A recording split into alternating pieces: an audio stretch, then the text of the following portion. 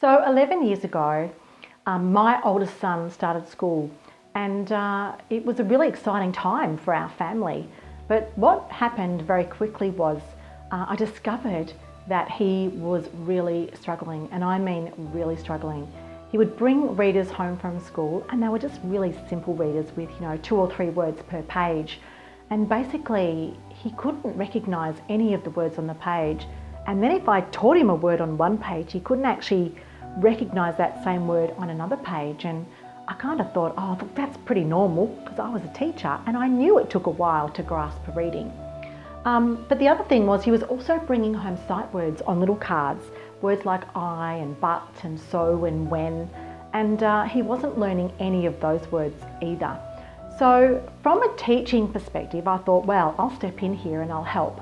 So what I did is I started to do lots of extra formal teaching at home, hours sitting at this table, trying to mix it up, doing sight words, but all it really did was make my son incredibly sad and unhappy. And so of course, lots of trips in and out of the classroom. The funny thing was, my son was at a school where there were 50 students in the first year of his school.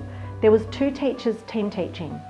So we're talking 50 5 and 6-year-olds with 2 teachers team teaching, which you can imagine wasn't ideal. So he kind of got lost in the crowd.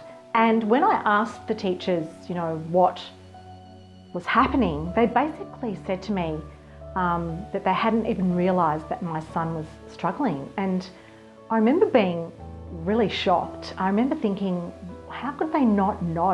I was a teacher, and if my son had been in my class, I would have known. So you can imagine I got pretty mad, and I remember one of the teachers started lecturing me on, all the things to do with, reading, semantics and syntax and blah, blah, blah, blah, blah. And I remember just standing there and shaking my head and thinking, what? So I actually came back to her and I said, I'm actually a teacher and I really specialised in the teaching of reading, and I actually know how to teach reading, but that's not the problem. The problem isn't the teaching, the problem is my son's not getting it.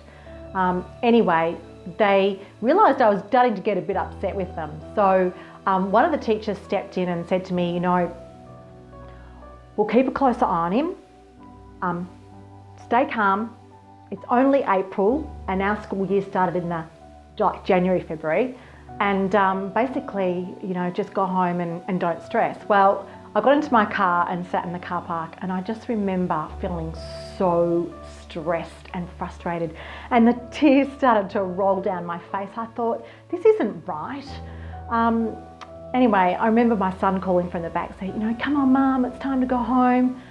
So I sort of pulled myself together and basically got myself going and got home, because I had 2 other smaller children that I needed to look after as well. So, but many sleepless nights ensued. I just was so lost, and the more I tried to teach my son, the more distressed he became.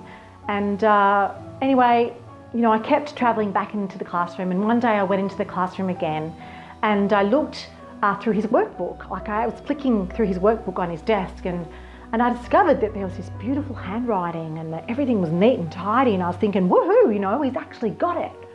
And then I kind of thought, hang on a minute, that's not my son's writing. And I sort of said to the teacher, that's not my son's writing. Do you know what's going on here? And she said, oh, it's the little boy who sits next to him. He's obviously feeling sorry for your son, and he started doing his work for him. Wow, you can imagine how I felt. I was absolutely devastated. On one hand, I thought, what an amazing gesture for this little boy to help my son, how kind. But on the other side, I was thinking, oh, this is just devastating. And again, I was really angry because the teachers didn't even know that it was happening. So needless to say, I started looking around for a new school. I thought, enough is enough. And I searched all the schools in this little area where we were living in Queensland at that time. And I eventually found one about 20 k's away from where we live, about 20 kilometres, which was about a half an hour drive. But they offered to assess him straight away, and within 2 or 3 minutes of the assessment, she came to me and she said, look, I'm pretty sure your son has dyslexia, and I really think that we can help him. And I was like, oh, this is fantastic. So we changed schools, and she started to help him, and she was just the most amazing teacher. She wasn't a qualified dyslexia assessor, but she had years and years of the most amazing knowledge. And so she really got things moving, and he was so much happier.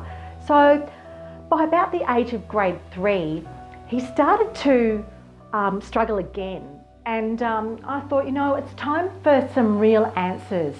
So I took him for a dyslexia assessment, a proper one. And the school wasn't that supportive, I'll be honest. They pretty much said, look, we know what the issue is, you don't need to formalise it. And I said, well, you know what?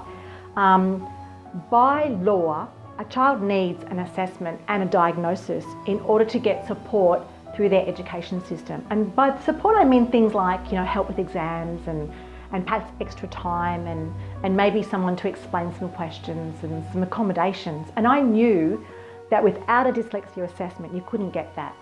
So we went down that path, and we found out what the strengths of my son were and what the weaknesses were. And it was like this recipe for helping him. I kind of knew I could use this strength area to help in his weakness area.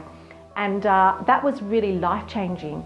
I still remember the day I decided to tell my son, because he was starting to question everything. He was starting to say things like, I'm working really hard, but I still struggle. Such and such, they muck around, but they can actually do the work. I work really hard and I'm so slow. What's wrong with me? So I sat him down and I said, you know what, there's a reason for your struggle, and that reason is something that you have called dyslexia. Well, he looked at me and he said, well, am I sick? Do I have a disease? Am I going to die? And I was just like, oh my gosh, no, this is a different way your brain works, but you're amazing and you're going to be incredibly successful. We just have to find ways to help you because the school system's not so great. And anyway, he cried and cried and cried, and then eventually he just stopped. I have to tell you, I cried a bit as well, but eventually he stopped and he said to me, I'm kind of happy in a way, because now I know what's wrong with me and I can just get on with my life. And I was like, that's the spirit. So that's what we did. Look, that boy is now 17. Actually, he's 18. He's now in year 12 at school. He got a B in year 11 for English. And I've been there the whole way supporting him.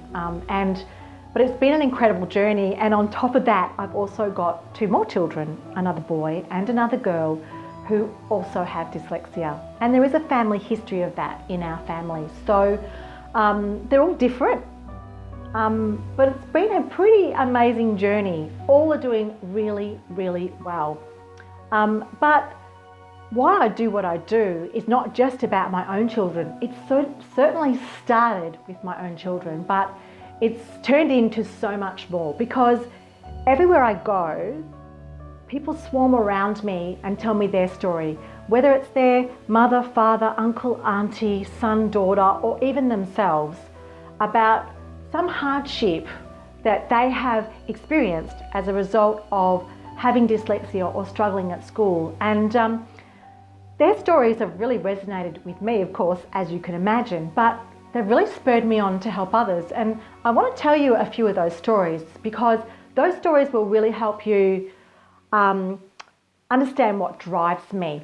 Now, one of those stories is when I was in a radio interview in quite a big radio studio on a very popular program here in Melbourne in Australia. And I'd been on radio. It was one of my first experiences with radio, and the interview had gone really well. I was really excited. I'd really got the word out there about helping people with dyslexia. And as I was leaving the building, a security man came over and grabbed my arm and said, I need to speak with you. And I said, oh, okay. I said, what is it? And he said, oh, I just want you to know that, you were really amazing on radio, and I just need to tell you that I wish you'd been around, because my wife is now on suicide watch because she has dyslexia and her life has gone so badly and she's suffered from such terrible hardship and anxiety and mental illness from her experiences that now, she's literally on suicide watch full time. And he said, I just wish I could do something to help her, and I can't because it's too late for her.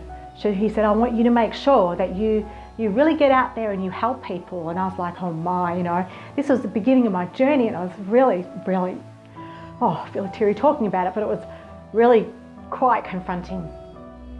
Anyway, life goes on as it does, and I was out there doing my thing, and I remember I was at basketball one day, and I was literally playing with this amazing group of women all around my age, and one of them said to me, what do you do? And I said, look, I work in this area of learning difficulties and I help people with dyslexia. And she said, my daughter's got that. And I said, and how's she going? And she said, it's just terrible. She said, I can't get her to go to school. She's so anxious and so stressed that now she won't go to school. She said, I don't know what to do. So I literally drag her kicking and screaming every morning to my car. And then when I get to school, I literally have to shove her out the door, close my door and drive off. He said, because I just don't know what else to do. She has to go to school. I don't know how to help her. And the story unfolded, and it turned out not only did this girl kick and scream, being put in the car every morning, but when she was in the car, she was in the fetal position in the back seat, rocking backwards and forwards. And I was just like, really, does that really happen? Is that something that's you deal with every day? And I just remember thinking, I can't imagine what that girl's life is like now, and how someone could put her back together so that she can look forward to a successful future. And then not long after that, I was actually at a seminar, and I was learning about presenting on stage, because as I said to you, I present on stage now. And I was talking about, should I get on stage and talk about all the hardship that people with dyslexia feel? Isn't that a bit of a downer? It can be pretty upsetting for people. It's often the occasion when I'll present in a crowd and there'll be somebody in the crowd sobbing, and it's really confronting, because I've really touched that person and I know that person has experienced some of the things that I talk about. But this one day, this woman came up to me, and after I had asked this question of the presenter about emotion, and she said to me, I've lost my son. He's 17, he has dyslexia, he's struggled his whole life, he's rebelled, he's kind of sad, he's lost his way, he's really just become, a lost cause. She said, we hardly even speak anymore. He's taking drugs, he's on the wrong side of the law. She said, if you had connected with me when my son was in primary school, maybe I could have saved him. Maybe I could have stopped what's happened. She said, you have an amazing gift and you have to tell people about what you do. So I thought, okay, I will. I'll just keep going. So that's what I've done.